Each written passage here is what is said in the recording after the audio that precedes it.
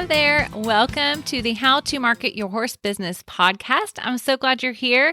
My name is Denise Alvarez, and just in case we're new friends, I always like to start out with a very brief introduction, and then we will jump into specific strategies for horse business owners that are horse trainers, but stay with me either way, because I promise you the things you're going to learn will apply to your business no matter what area of the equine industry you are in.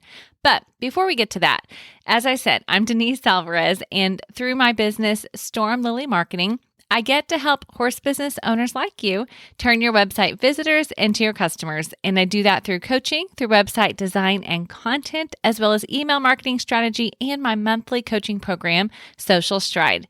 And I do each of these things, including this weekly podcast, because I truly do want to help horse business owners like you be able to be out doing more of what you really love to do. And that means helping you simplify or just take care of your marketing.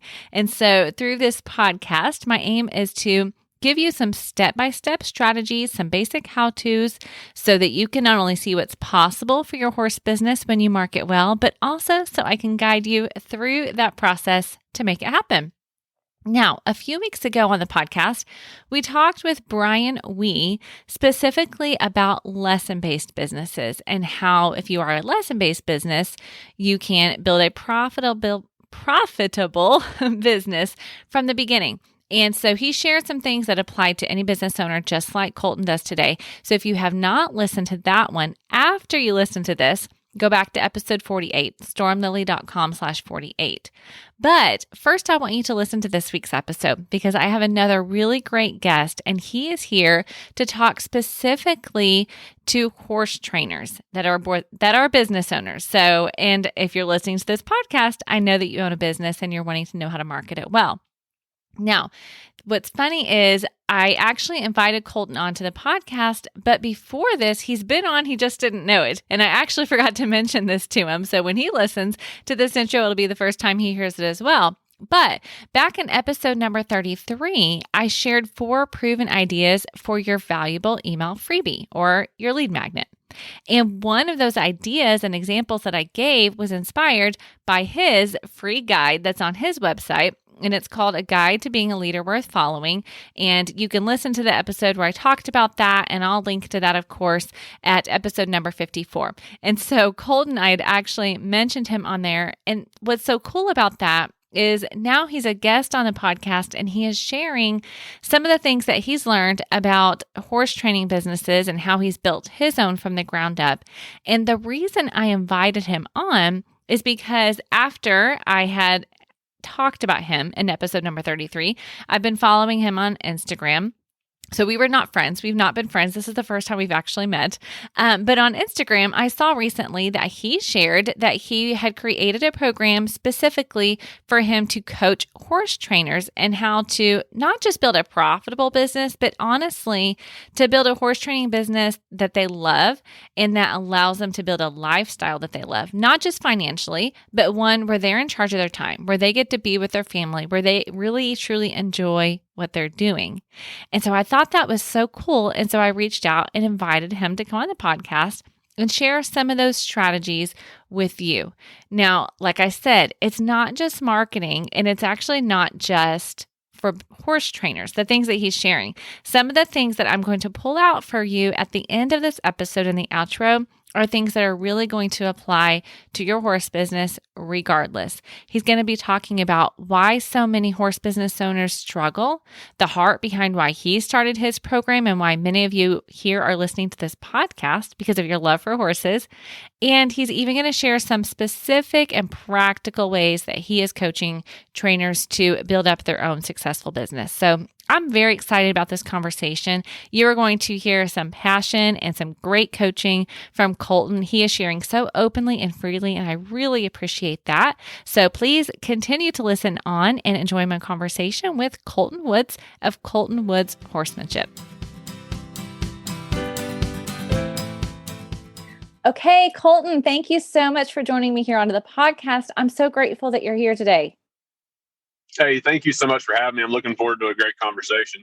Yeah, you bet. It's my honor. So, before we jump into the meat of the great things that I know you have to share with us, I would love for my audience to learn a little bit more about you personally and your background and how you became not only a horse trainer, but now a horse trainer that's training other horse trainers on building businesses that they love. How did you get that start? Yeah, absolutely. It's a great question to lead off with. And, I'm going to kind of reverse engineer it a little bit and start with the fact that the reason that I'm coaching professionals today is because of the very reason I got started in horses and the very reason that so many people get started in horses, which is we want to help as many horses as possible in their education, in their development, and be able to live the best life they can. And many of us horse people realize that at some point we can only help so many horses one-on-one. So many of us get involved in teaching lessons or teaching clinics, because if we can help more people, we can help more horses.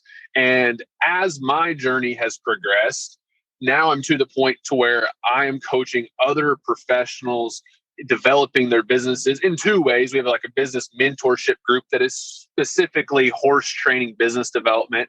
And then we have a school called the Professional Horseman School, which is up and coming, or people that want the horsemanship side of developing a training program, as well as learning the marketing, the client management, the business management side. But all in all, like that's where I'm at today. But I got started, the reason all this has come together really is twofold. Like, one, I found my passion, which led to my purpose. And also, I didn't grow up around horses. I grew up in a family of international business. And so I didn't really start riding until late teens. And for a lot of horse people, that's way later in life than most kids. Most kids, get to grow up riding horses, whether it's in their backyard or in a lesson program. And I didn't. I actually lived overseas for 2 years in mainland China because my parents were involved in international business, and our dinner conversations were centered around finance, marketing, sales, and overall business management and business growth and starting businesses. And so that was my foundation as a kid. And then when I found my passion and purpose with horses, then it was very natural for me to learn, because as I was developing my horsemanship, I was also having to build a business because I was at a point in my life where I needed to make a living doing it. Yeah. And so at that time, I really just went ahead and said, I took all of my foundation of business that I learned growing up, and I did go to university and studied equine science and management. And that helped a little bit, mainly with connections and networking, to be honest. But I took all this information and then just ran a business. And what I found out was it wasn't a very traditional way of running a horse training stable. And because there's a lot of broken models and dying by the sort of tradition that goes on for horse trainers, even just equine business owners in general. And there's a lot of changes that some people can make in their businesses that might be just tweaking what they already have going on, and can make some really big changes financially, but also in their lifestyle. Okay. So yeah, you're right. It is not the traditional sense of what you talk to with a lot of people that grew up in it, but it definitely gave you such a unique perspective. And so you said you jumped into starting it pretty much from the get-go, starting your own business right out of college. It was, I had some significant internships where I got to work for some really notable horsemen, whether it's doing an internship. My first job right out of school was with one of the major clinicians that travels the country. And so I learned a lot from running that business and making those connections and being able to know how to take care of horses while living on the road for months and months and months at a time, how to coordinate things while you're living on the road, and just all the things that go into really operate, being around high level businesses and in the horse industry. Yeah. Gave me a lot of insight. So yeah. I love that though, because it also shows, which is why the program that you've created is so important, is the value of learning from other people that have gone before you, right? It's like, yes, you might see a broken system, but there are also lots of things that some people might be doing well that you can learn from at the same time. So I love that. So, all right. So you have experienced success in your own right, which is why you started this program, correct? Exactly. I think that as horse people, many of us, there's so many talented horsemen and women out there that I've noticed, and this is kind of a chip on my shoulder, to be honest. You'll kind of get to hear this, is like, there's so many talented, they're like this, it's like the starving artist problem. And we're all in this because we love it. But the thing is that you don't have to sacrifice doing what you love for making a good living. Yeah. And a lot of this is just building, just like we do in horses and just like we would do in our own lives. We have to build a solid foundation in our business. And so I love helping other people run their businesses because they're able to positively influence the lives of so many people. It doesn't matter whether you're in e-commerce or if you're a massage therapist or an osteopath or if you're a horse trainer. Like, you guys are out making a huge difference in equestrians' lives and horses' lives. And that's ultimately what I love doing. But I also have a very strong business background, and we've built a very successful horse training business. And we have e-commerce and we do those types of things as well. But I love helping people. And this is just another way that I can continue serving the horse industry. Yeah, I love that. I love that you say it is from a place of service. I talk about that often on the podcast, that honestly, that's the way to build a profitable business from the very beginning, is to come from a place of service, because people know if you're serving or only selling. And so I love that. I love that mindset. It shows through. Absolutely. So, okay, absolutely what you said about horse trainers in particular that have this problem, often either charging or not charging enough. And I'm sure that's some of the things that you're going to hit on. So we've talked about that there's a need. And actually, the previous podcast episodes before your episode that's going to be publishing, I talked about some creative ways that horse businesses can make money online, because that is one way, and you have done that as well, that you can reach more people and help more people. But at the same time, you're going to have to make money along the way. Like, I love free education. This podcast is free, but I also charge for my services. Like, it's okay to charge for your services, including that online portion of things, and including for horse training and for the difference that you're making.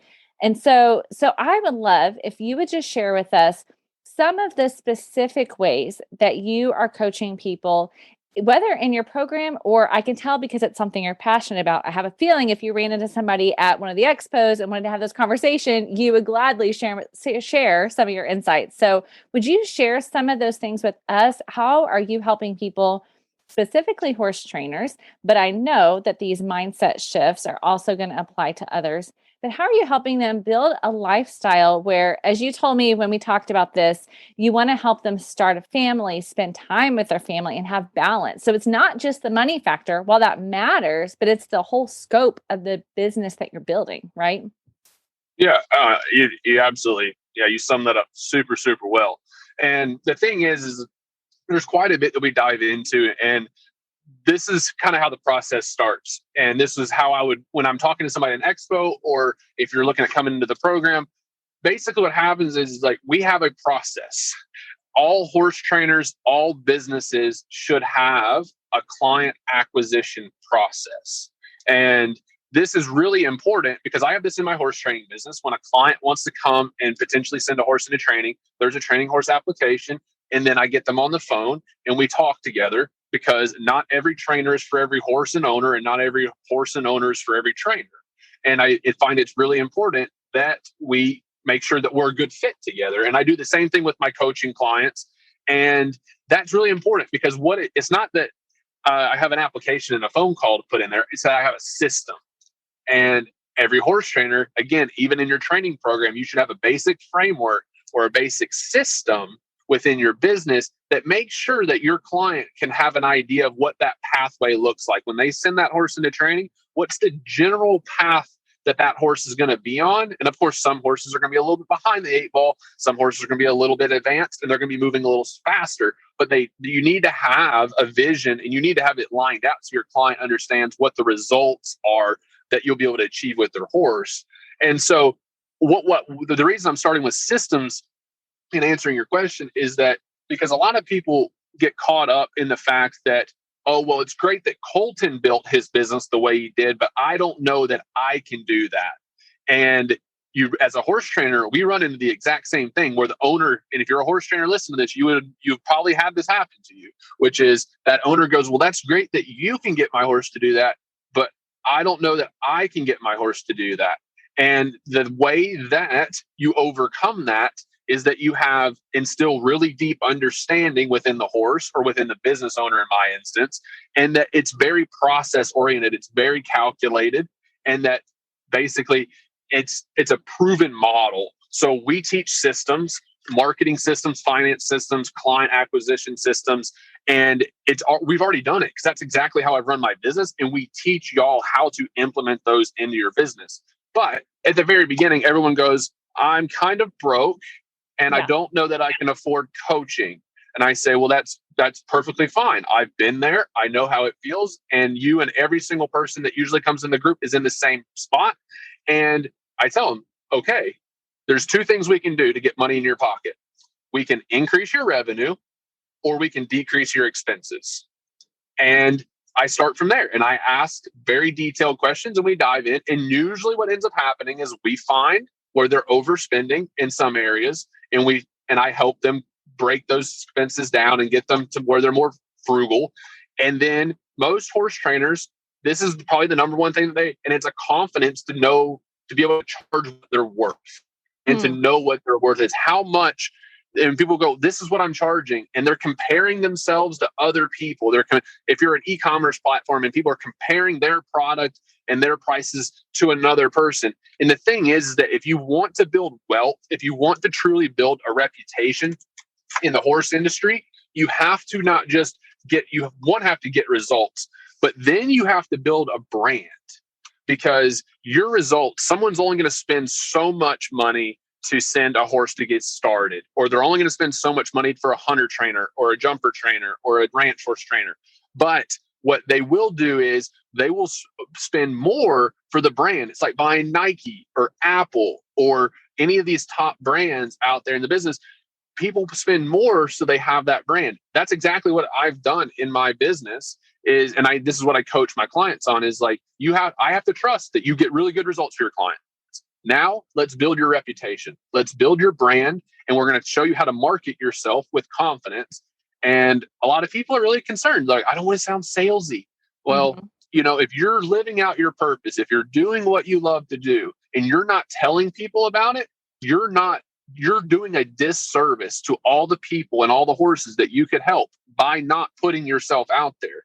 And you can do it in a way that is very well received because people need to know what they can do to support you, but also how you can help them. And so, this program, Denise, it's so much like it's very tactical in the sense of systems, but then it's also fairly life-changing because I've watched so many of my students regain and regrip their confidence and it not just affect their business, but it transfers over to their marriage. It transfers over to how they interact with their kids. And to me, that's like so fulfilling to be able to work with people that way because we all come together because we love horses. But now we are like, people are living happier, healthy, better lives and running businesses to where they actually like, you're talking about like time, right? And this will be the last point I make, but horse trainers know this. And that is time is money. And we say, oh yeah, time is money, time is money. But then we look at how horse trainers usually operate on a day-to-day basis. And they bend over backwards for clients because they want to do the right thing by the client, but they're just losing time. The clients don't show up for a lesson. They show up an hour late. They wait on the client. Now they're 2 hours behind in their day, which runs into them getting home on time to spend time with their family, which is really the important thing of the day. And they do all these things all the while when they don't have control of their time, they're losing money every day. And that's a big part of the program. We have a 21 time day challenge that we take that instantaneously everyone that comes into the program goes into.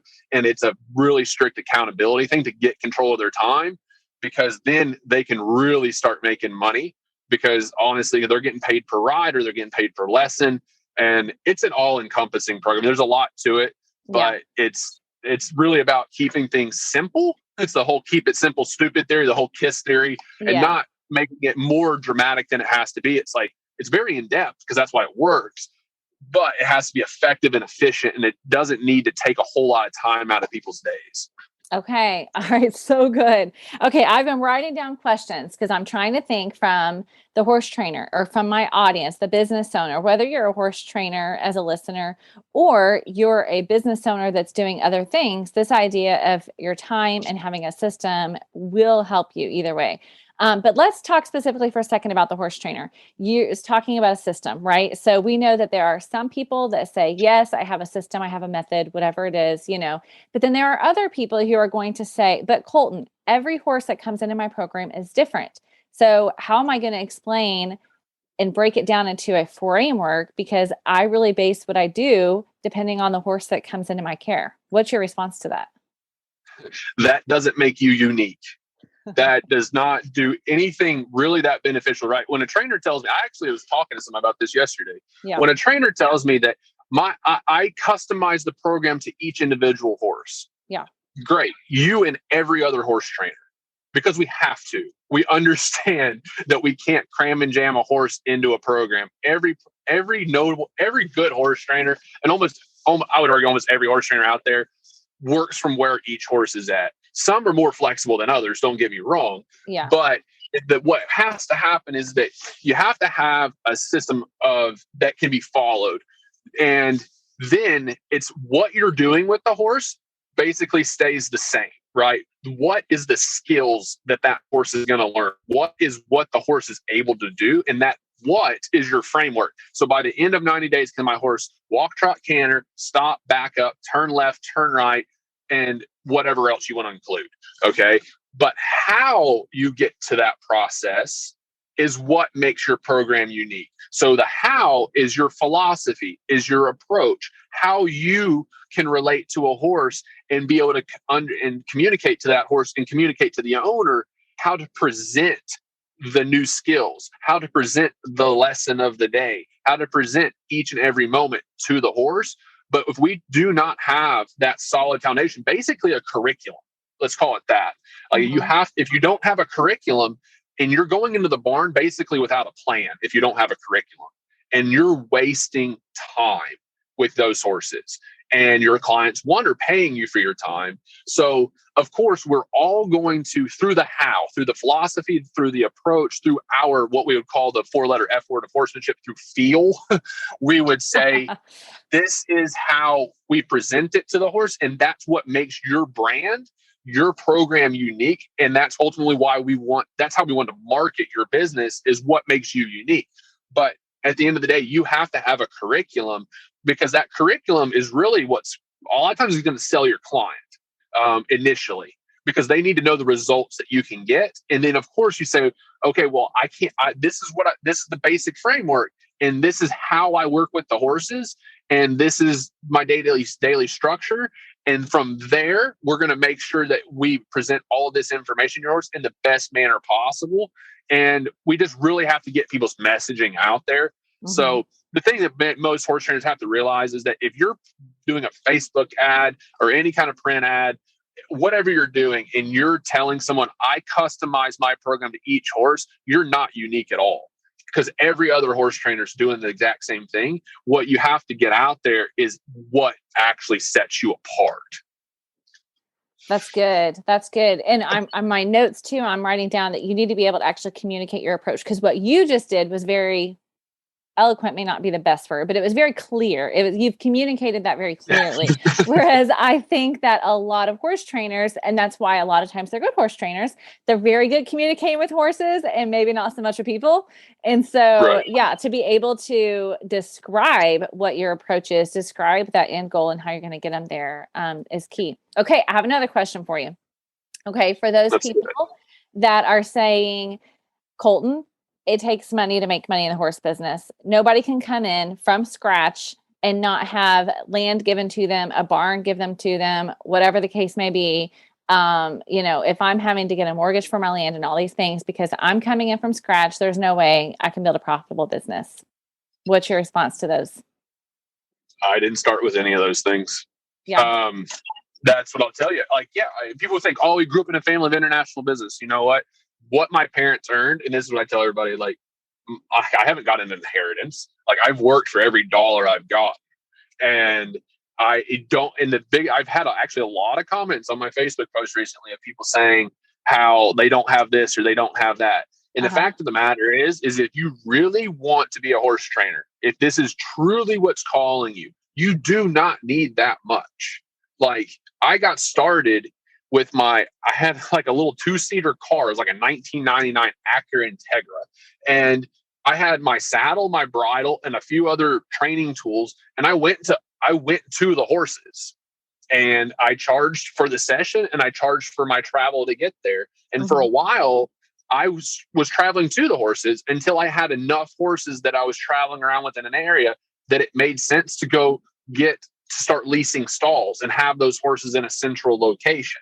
So when people say, I don't have land, I don't have stables, I don't have this, it's like, you don't have to have all of that, because you can start as a mobile horse trainer. You can go to the client. That's a hell of a service.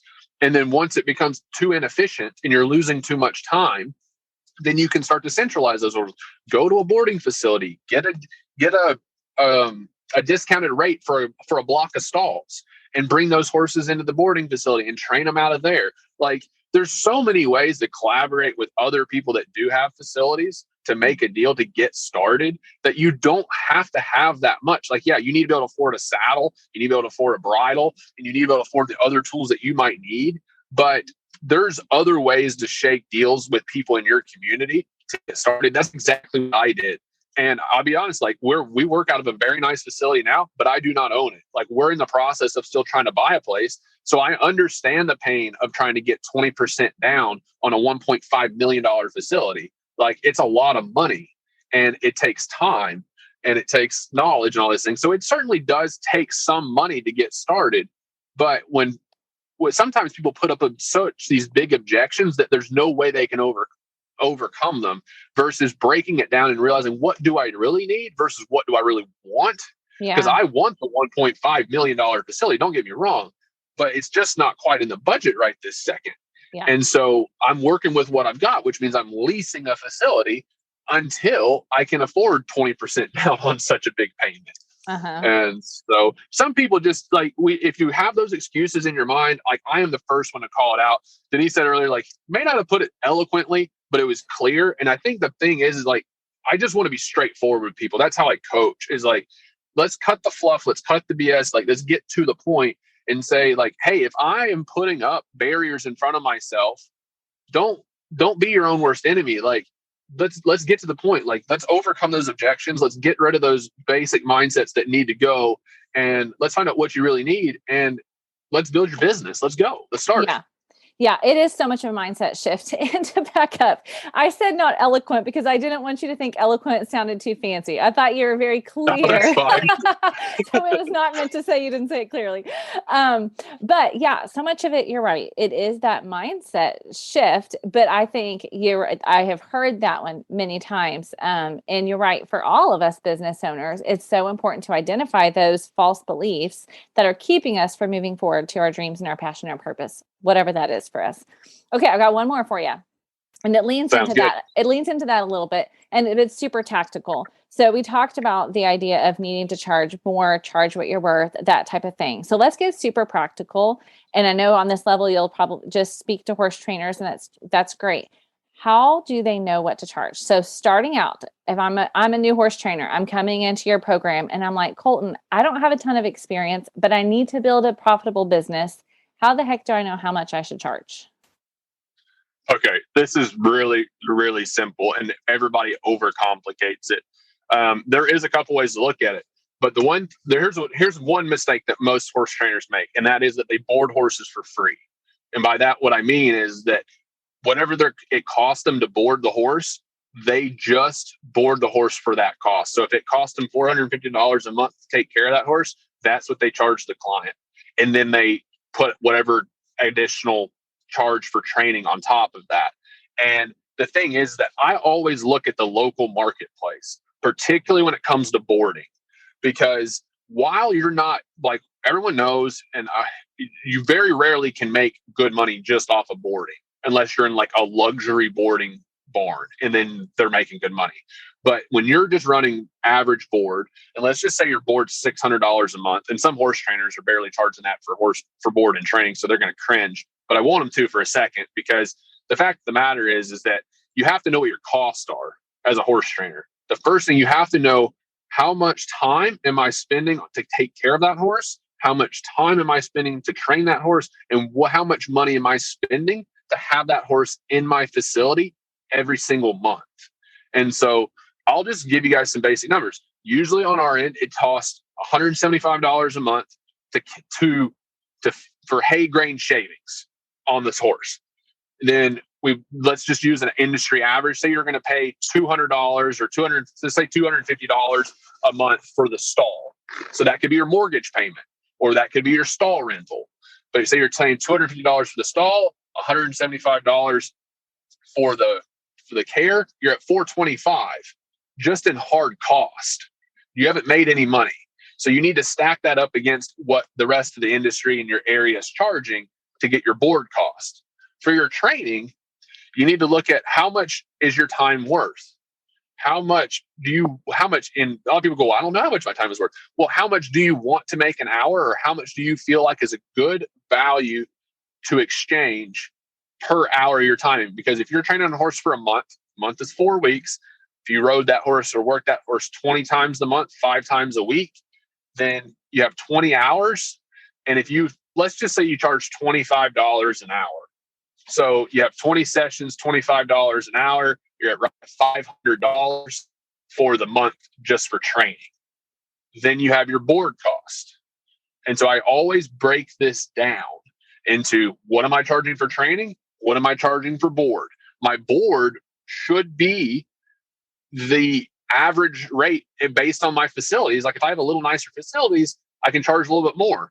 For us personally, I charge a little bit more for board because I've traveled the country taking care of horses all over the world. I can do quite a bit of, I'm not going to call it veterinary medicine, but we can take care of horses at a very high level and provide optimal care. Like we can hit a vein, we can notice things really early, we can treat eye injuries, like we can do all this stuff, and it saves the client money, and they have the expertise on hand around the clock to take care of those horses. So that comes with a little bit of a premium. And so you need to charge to make sure that you're making money on board. You're not trying to just get all your money off board, but you need to make sure that if people basically were going to go board a horse in your area, what are they going to pay to do it? Okay. That's a pretty close number that your board's going to be. And then you figure out, okay, 20 sessions a month, how much is my time worth per hour? And then I multiply that. If it's 20 sessions a month at $25 an hour, then that's $500 plus my $600 board. Now I'm at $1,100. And that's a lot more than most people charge, particularly in the Western world. Now, if you get in the English world, those folks know how to run a business a little bit better, but there's still flaws. Like most of my, four people, we probably should have led with this. Most of my training horses are hunters, jumpers, and dressage Yeah, horses. I didn't speak into that, did I? Yeah. Yeah. So most of my training horses are hunters, jumpers, and dressage horses. My personal horses are like cow horses, ranch horses, reiners, Western types. So I'm very heavily involved. So interesting. Yeah. I kind of joke that the Western horses are more about my sanity. And then, but I enjoy working with the English horses because the clients operate on a high level usually, and the horses are really well bred. And like when you have good breeding, you have nice horses, you can get quality results with them. And so I'm in both sides of the business, and a lot of my coaching groups are the same way. We have a lot of English people, we have a lot of Western people. And because business is business, horsemanship is horsemanship, it's just a matter of customizing it, using the right lingo for marketing to talk to the right audience and your ideal or your avatar, your ideal dream client that you want to be working with. You have to know how to communicate with them. And so, yeah, most of my clients are English-based clients, hunters, jumpers, dressage horses. And the thing is that you have to really answer your question, though, you can reverse engineer it, right? You can say, I need to make this much per hour, because the fact of the matter is, sorry, horse trainers, I'm going to break this to you, but like right now you can go to work for Amazon or another company, FedEx, or even a fast food restaurant and be making $20 an hour easily. Yeah. And so if you're not making that training horses, it's questionable if it's a good life decision. And the thing is that you're providing and I'm speaking specifically to the horse trainers, like as a horse trainer, you're providing a very valuable experience and service to your clients. Your time is worth being compensated for. And therefore you have to establish what your time is worth. And this is what I coach on even more in depth in the program, is like, how do we figure out what that is? But you have to, I always want to instill confidence in people that your time is worthwhile. And if you're going to work 10, 12 hours a day, and most of us horse trainers work way more than that, and I definitely do, but I love what I do.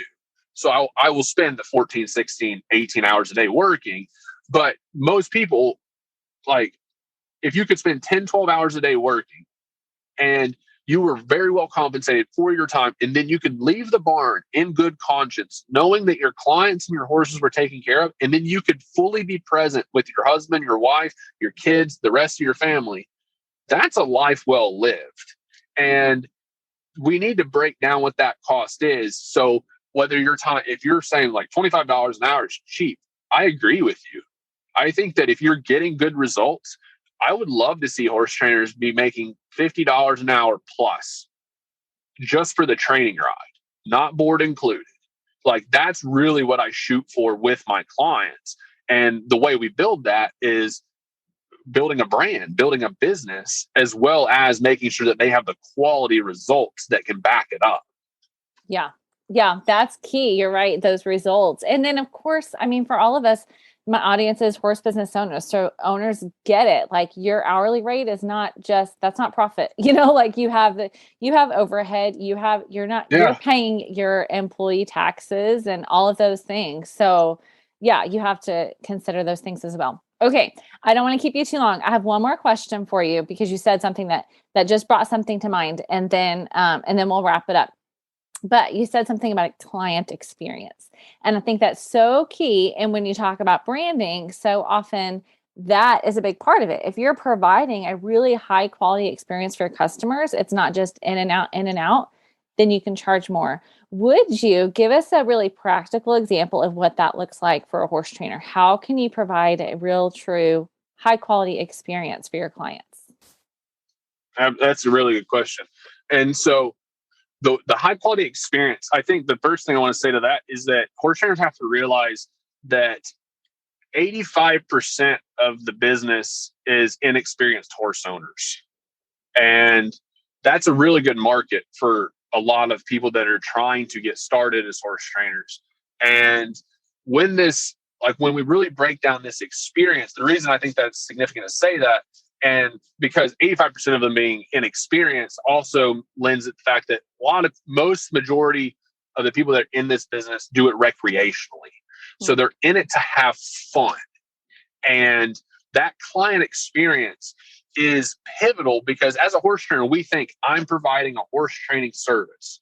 And it's like, well, your horse training is an experience for that horse. And the better experience that the horse has and the owner can see that, the better experience the owner has. So the owner's kind of living vicariously through the horse. But also when the client comes to your barn, they need to have a really good experience.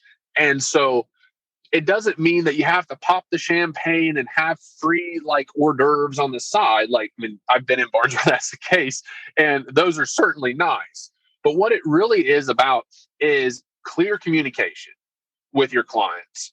And that starts in the very beginning of the system that I mentioned earlier of having a very high quality, methodical client intake process where you can clearly communicate not just your approach, but what the expectations are with the horse, what the expectations are with the client.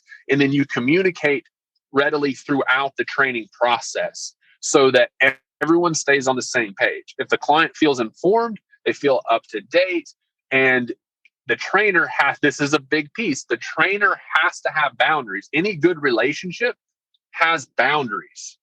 And so many trainers get run over because they're afraid that if they don't do whatever the client wants them to do, that the client's going to leave and they're not going to make the money. And we've all been in a position in our businesses where we needed that check.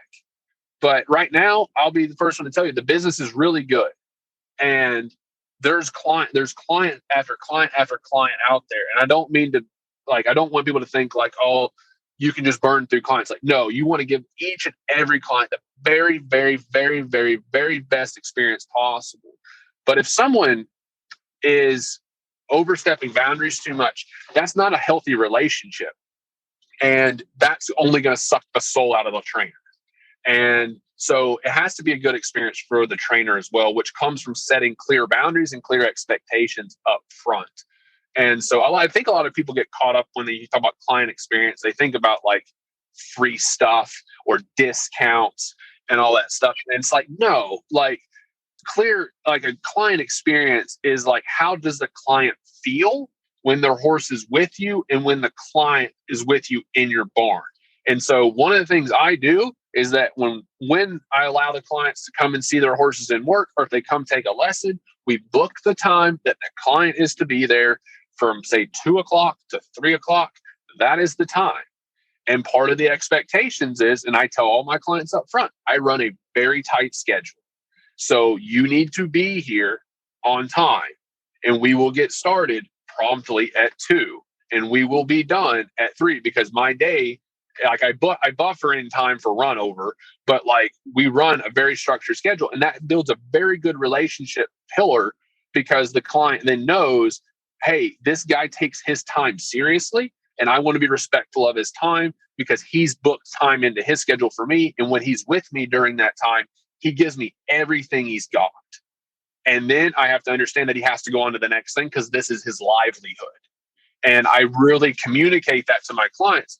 And sometimes you have uncomfortable conversations, but again, that keeps you from getting resentful with your clients, because a lot of times if we just constantly pander to the client, eventually we start to resent them because we're just doing whatever they want us to do, even when it doesn't, we feel like we can't because it's costing us money or costing us time and it's throwing our whole day off.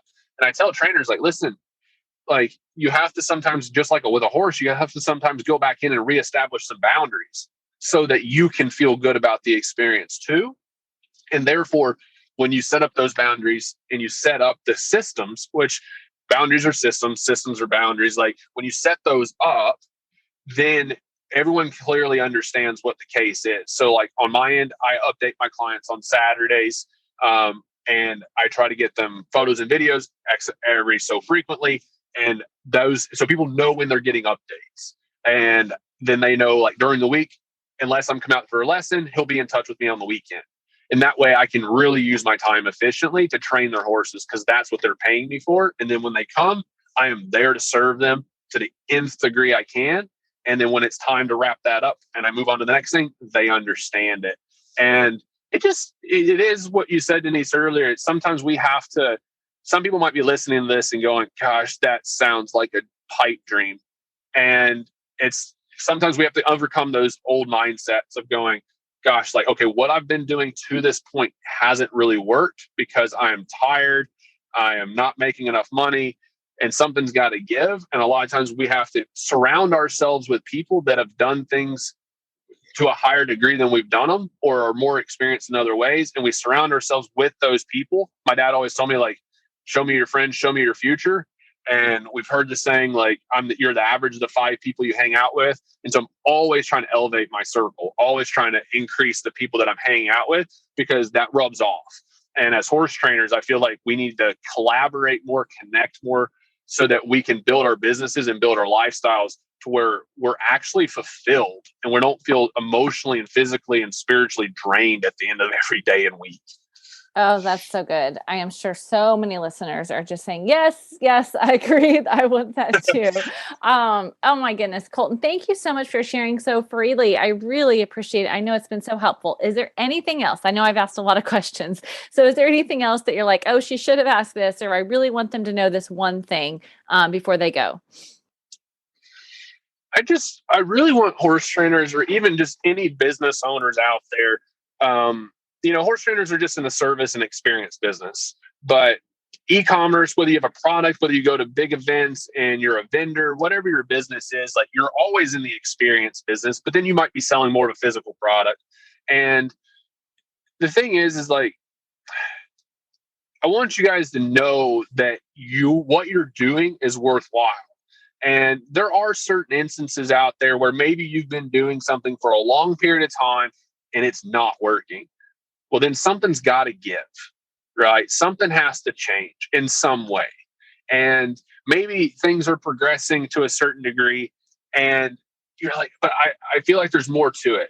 Then try to spend some time reflecting. Like as I'm sitting on the call here with you, Denise, like I've got my journal sitting next to me. And this book is with me all day because it's like an idea book. It's a reflection book.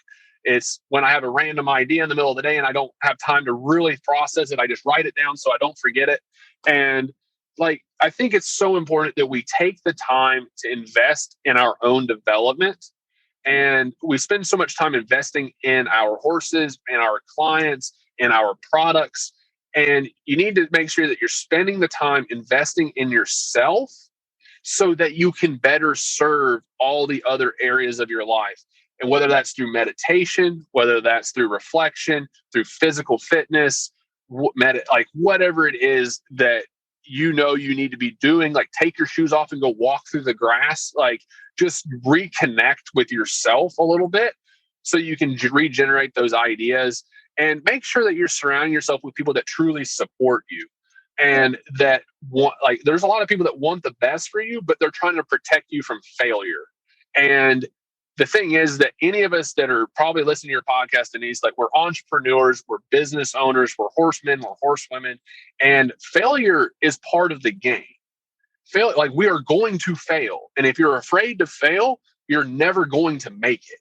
So you have to accept the fact that you can try things and fall on your face. And guess what? You're that much smarter and that much stronger. Just get yourself back up and keep going.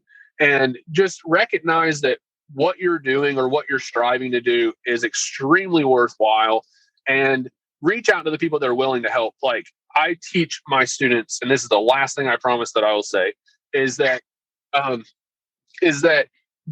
people, you have a scarcity mindset, you have an abundance mindset.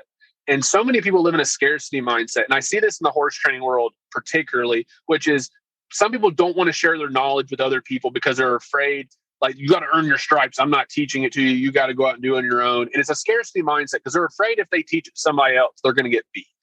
And that's just a poor loser's way of going about it, versus freely sharing information and, even charging for that information. When I say freely sharing, I mean the willingness to share it, not necessarily sharing it for free, but having the willingness to share that information, understanding that they're right now currently in the business, and I think forever, ever, there's enough. If you are good enough at what you do, there will always be enough business out there for you. And that is an abundance mindset. But if you are playing defense within your life and within business, and you're constantly scared about the next person beating you, you're never going to get ahead because you're in survival mode. And you've got to get yourself out of that survival mode and recognize, if I develop my craft, my skill, my service, my product to be the very best that it can be, and it is good enough, there will be more than enough business out there for me, so much more that I probably won't be able to handle all of it. And I'll have to build a team, which would be a really good problem to have. Or I can decide to not build a team and keep it at the highest level that I can personally manage. And so you have to embrace that abundance mindset.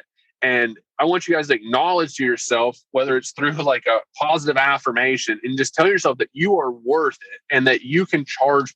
Most of you guys probably can charge more within your businesses, and you have to be willing to take that risk of going ahead and elevating those prices.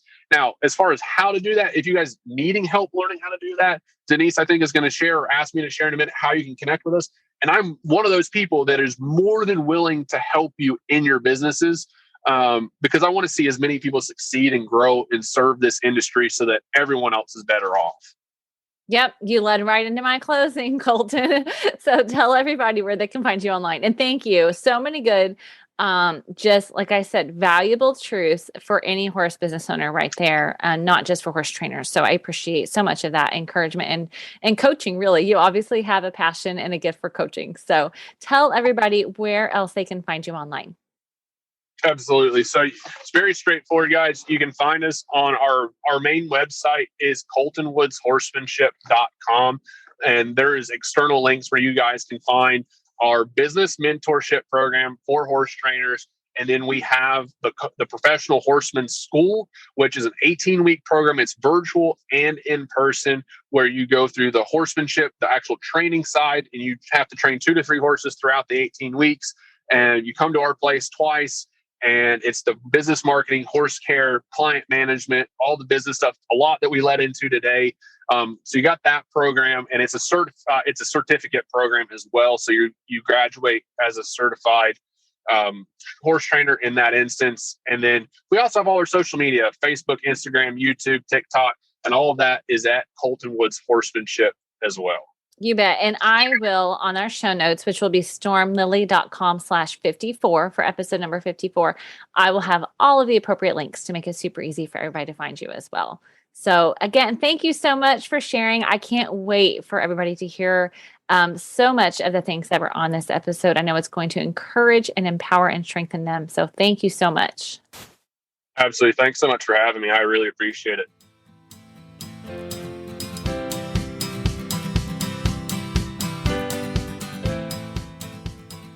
Okay, what did I tell you?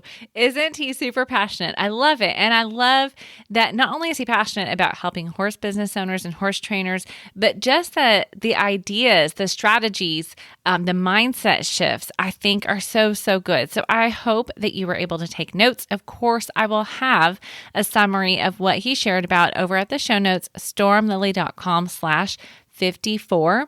Because here's the thing, whether you're a horse trainer or you do body work, or maybe you have an app. I know we have some friends that have created some really cool apps for the horse industry, or maybe you have products that you're selling. I know that this episode had some great key takeaways, and I'm going to name some of them for you, okay? You need to have a system, right? You need to have a system in place no matter what. You need to create an experience for your clients and your customers. And that does not mean you have to throw a lot of money at it. You got to really think about how are they feeling when they're interacting with you. I want you to remember to charge what you are worth, what your products and your services are worth. And to be open to learning, which I know that you are because you're here on the podcast. And to embrace an abundance mindset. It really shifts everything when we think about that. Okay. All right. Those are just some of the nuggets that I wrote down as he was talking, but I am sure that you have your own. So remember to look Colton up on Instagram, Facebook, all the places. I'll have all those links over at stormlily.com/54, including the links to his programs so that you can learn about those as well. I really am so grateful for Colton being here and sharing so openly and honestly. And I hope that you were encouraged and empowered and equipped. All right. That is my goal for today. So thank you so much again for being here. I'm so grateful that you listened in. I hope you will tune in next week. And if we are not email friends, make sure you go to stormlily.com/podcast so that you can sign up, and I will send you a quick note every week when I have a new episode available so you don't miss out. Of course, you can also follow or subscribe on all your favorite podcast players as well. All right. Thank you so much for being here. I hope you have an amazing day, and I'll see you next week.